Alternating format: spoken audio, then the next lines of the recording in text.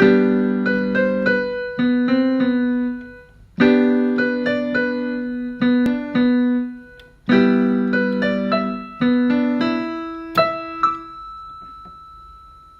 couple of years ago in the class, we had a bet. We were talking about a situation in which there was a rigid body floating around in space, no gravity, perfectly rigid, but somehow you have an ability, let's say you have two jets where you are applying equal and opposite force at these two locations. So you are really generating a pure couple.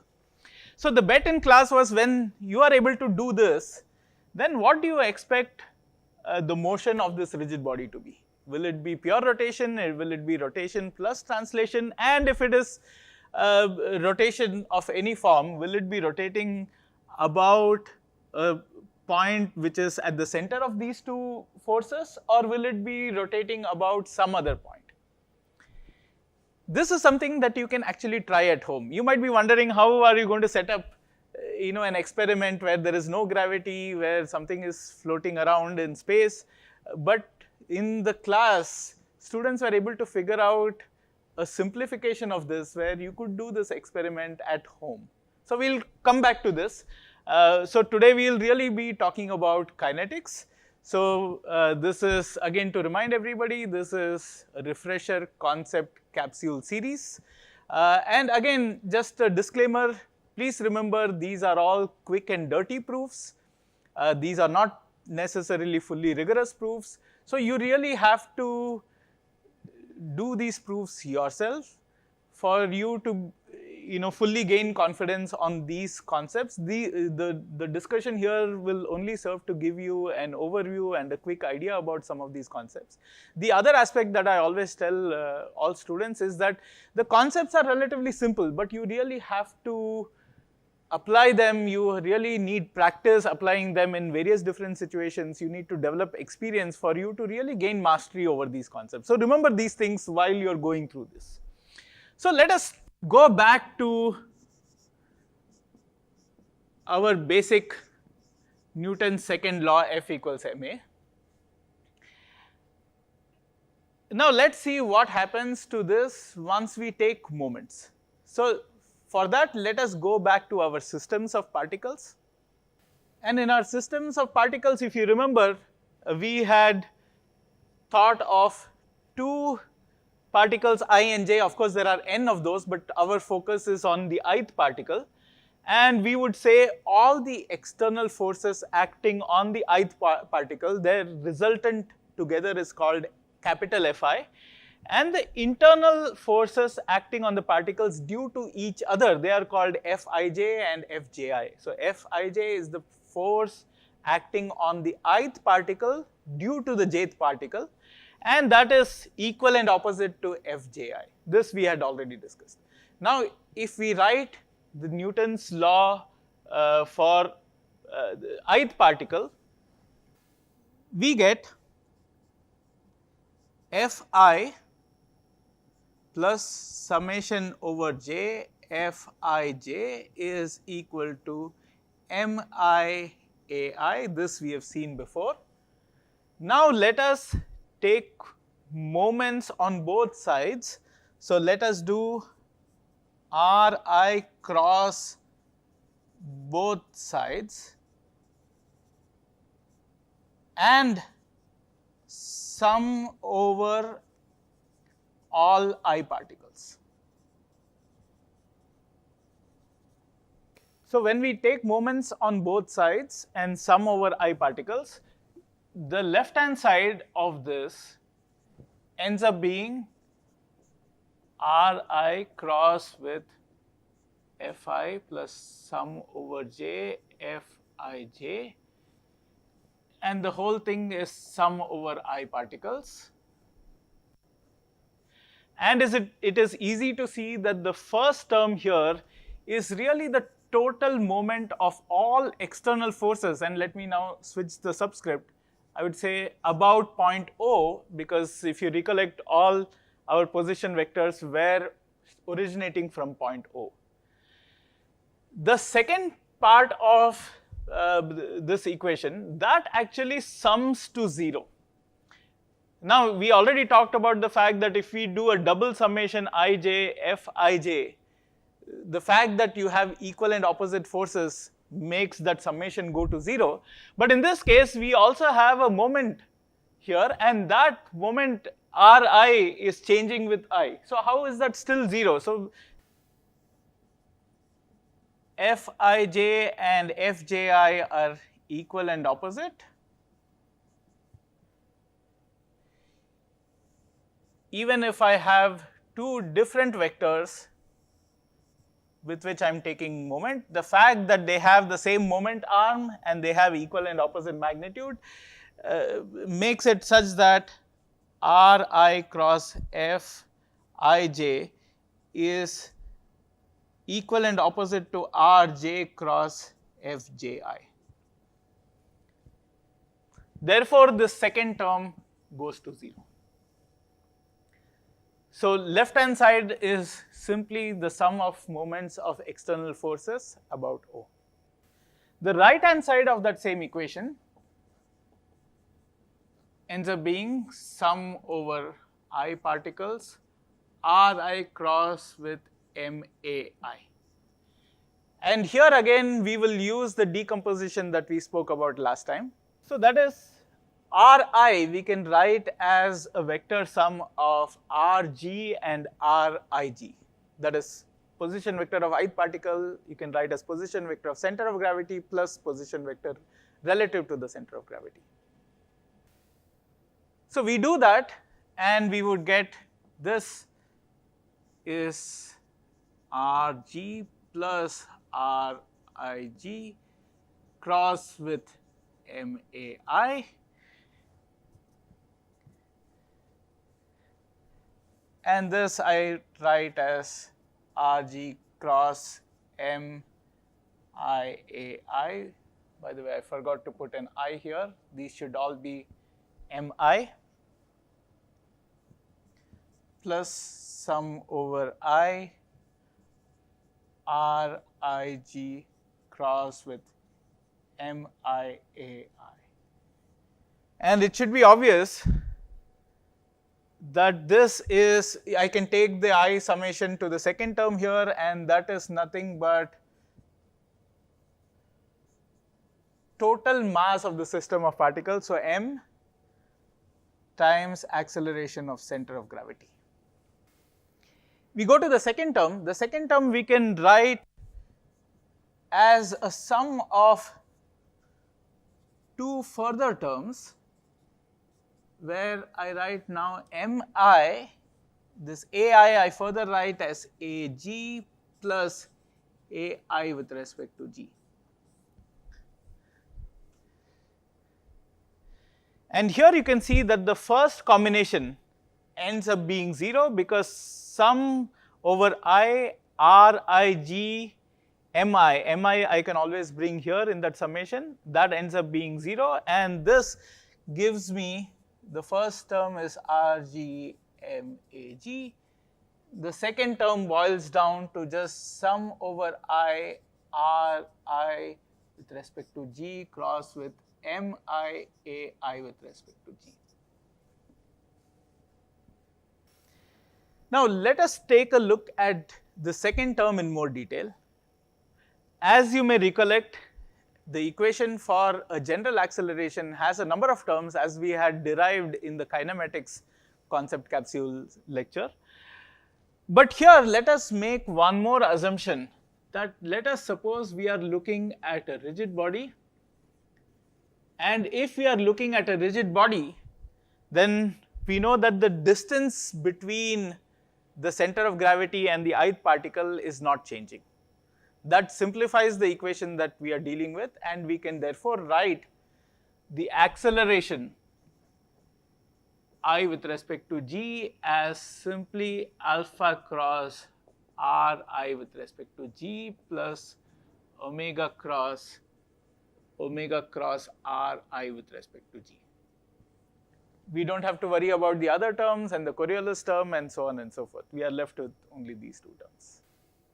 Okay, when we examine these terms carefully, and we put them back in that equation. If I look at only the second term there, that was sum over I, Ri with respect to G cross with Mi Ai with respect to G. If you recollect the discussion we had for this in the planar case, this was always in the negative direction of Rij, this term. So you can already see that cross product of Rij with something that is collinear with Rij would be 0. So the cross product due to this term in the planar case is obviously 0. Now in the more general case, how does it still work out to be 0? That is something for you guys to think about. That is a little bit of homework for you. But you can see that the term, the cross product due to this term ends up being 0. So what you are left with is Rij cross with only Mi times this term. So you get sum over I, Rij cross with Mi alpha cross with Rij. Now obviously there is some abuse in this derivation, because when we are dealing with a rigid body, there are no longer a finite set of particles. This should really be an integral over dm, but I am showing a summation just to give you a sense of how that derivation works out. The other thing you can see right away here is that there is an alpha, but there is also an mr squared. All of these are I, right? And a summation mr squared is really where you get your moment of inertia. So this ends up being I alpha, and since all of these positions are relative to the center of gravity, this is really an moment of inertia relative to your center of gravity. So you get an Ig alpha. So if we go back to our right hand side equation, this simply becomes Ig alpha, but this is only valid when we have the rigid body assumption. When we are talking about a system of particles, you cannot write it this way.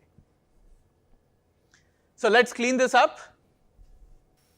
And after cleaning up, we have sum of moments of all external forces about O is equal to Rg cross Mag plus Ig alpha. So your sum of moments is equal to I alpha really follows from this equation. Further, when in static equilibrium we do sum of moments equals 0, again that is a special case of this. But remember, this is about center of gravity, and this term is also not to be missed. So this is an important equation, but let me also remind you of two other equations that we had seen before. One is the sum of all external forces acting on a rigid body is equal to the total mass times acceleration of the center of gravity of the rigid body. In this equation, if I take cross product with Rg on both sides, I would simply get Rg cross with sum of forces is equal to Rg cross Mag.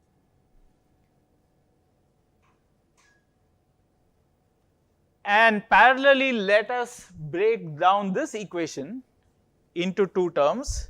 If you remember, this is nothing but, Ri cross Fi sum over I.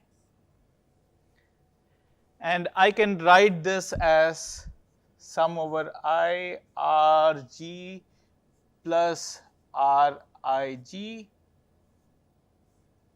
cross with Fi, and that I can write as Rg cross with sum over I Fi plus sum over I Rig cross with Fi. Now let us recognize that these two are exactly the same. So on the left hand side I have this, left hand side of this equation, I have this, and on the right hand side I have this. So I can cancel out that part of this moment with this, and what I have left I can then write as sum of moments relative to the center of gravity of all the forces is equal to Ig times alpha, where this moment of inertia is with respect to the center. Okay, now let's write all of these together. Let's clean up all of this, and we get sum of moments about center of gravity is equal to Ig times alpha.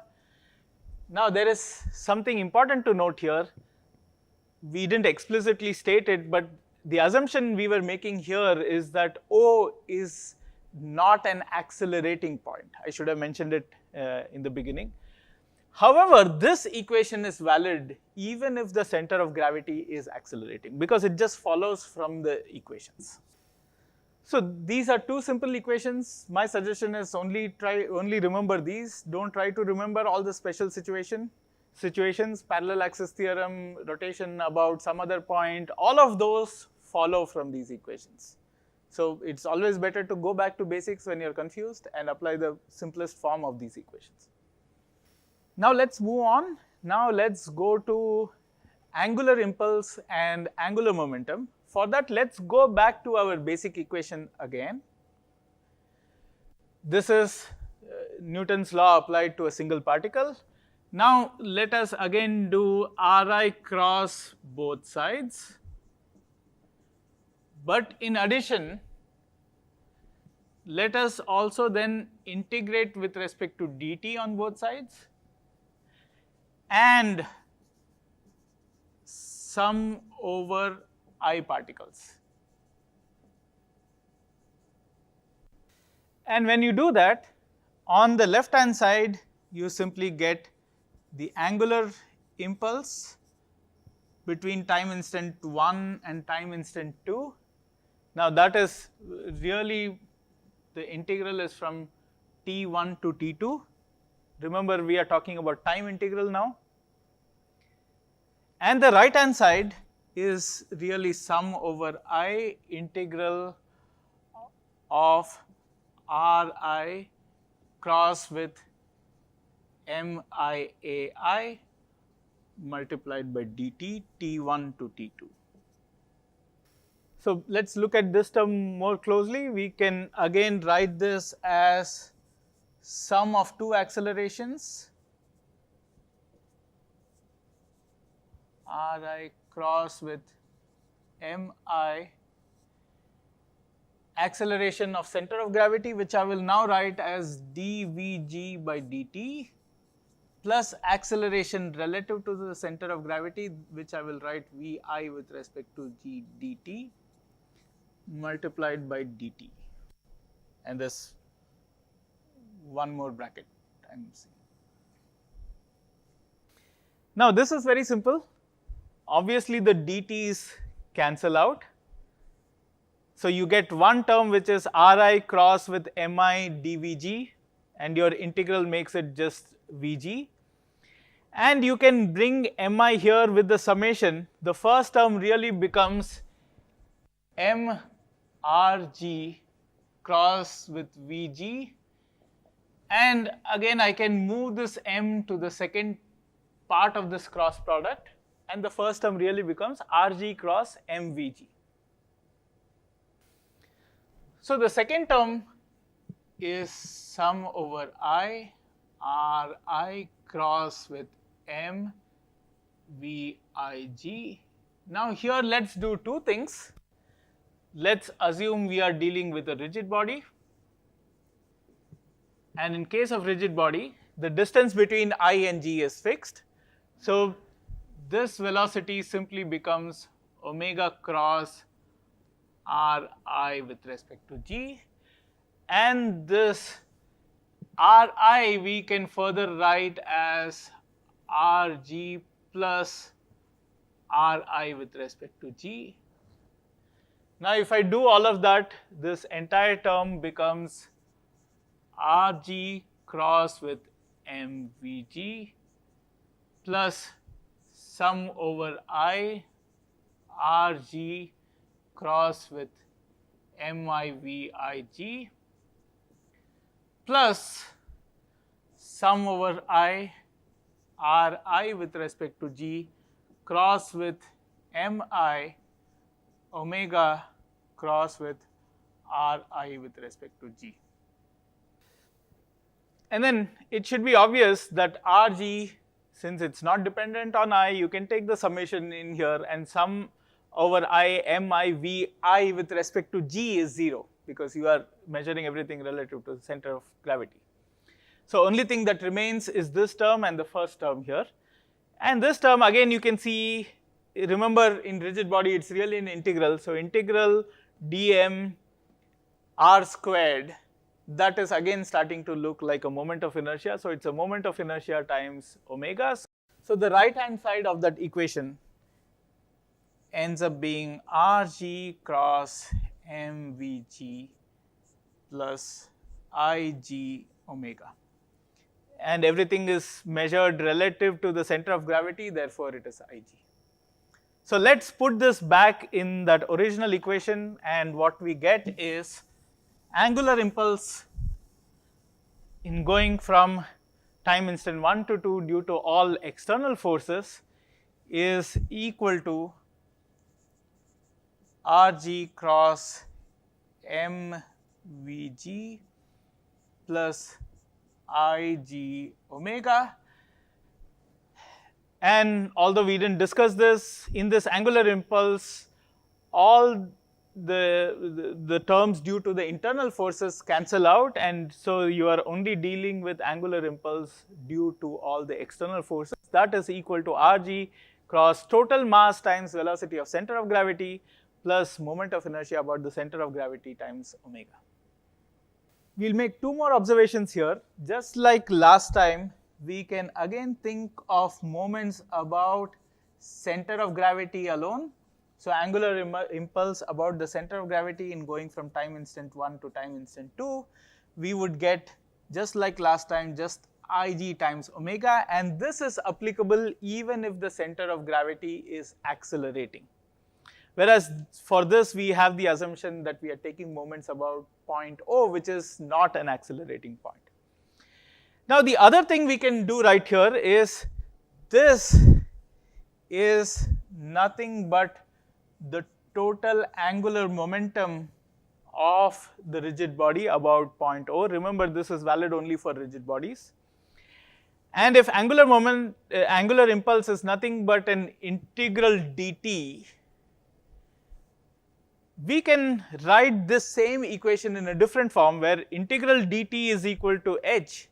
Then we can write it in the form that the total sum of moments about O is equal to HO dot. So the sum of moments is equal to the rate of change of angular momentum, and this also we can do about center of gravity.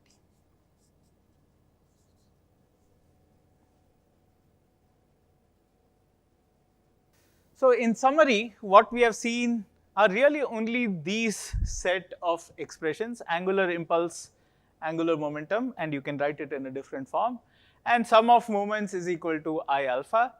Of course, there is one detail we haven't discussed, which is really the nature of the moment of inertia itself. It is not a scalar, but it's really a tensor.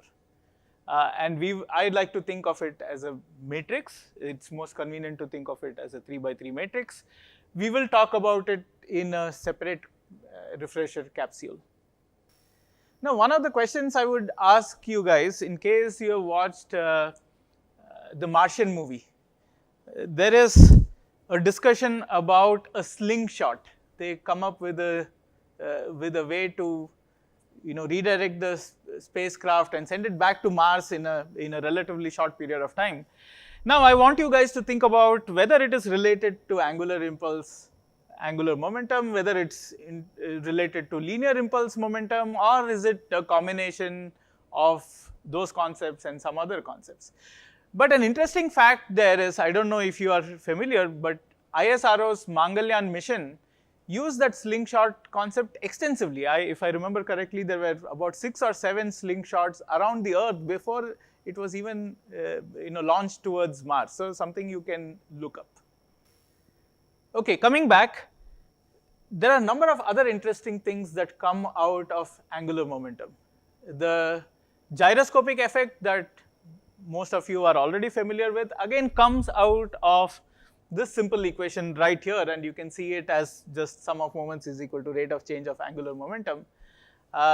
The other interesting thing is Euler's equations of rotation again come out of just this equation, and we will talk about that again in a different capsule. But that also leads to many interesting insights about rotating bodies and stability of spins, and that's again an interesting topic to discuss.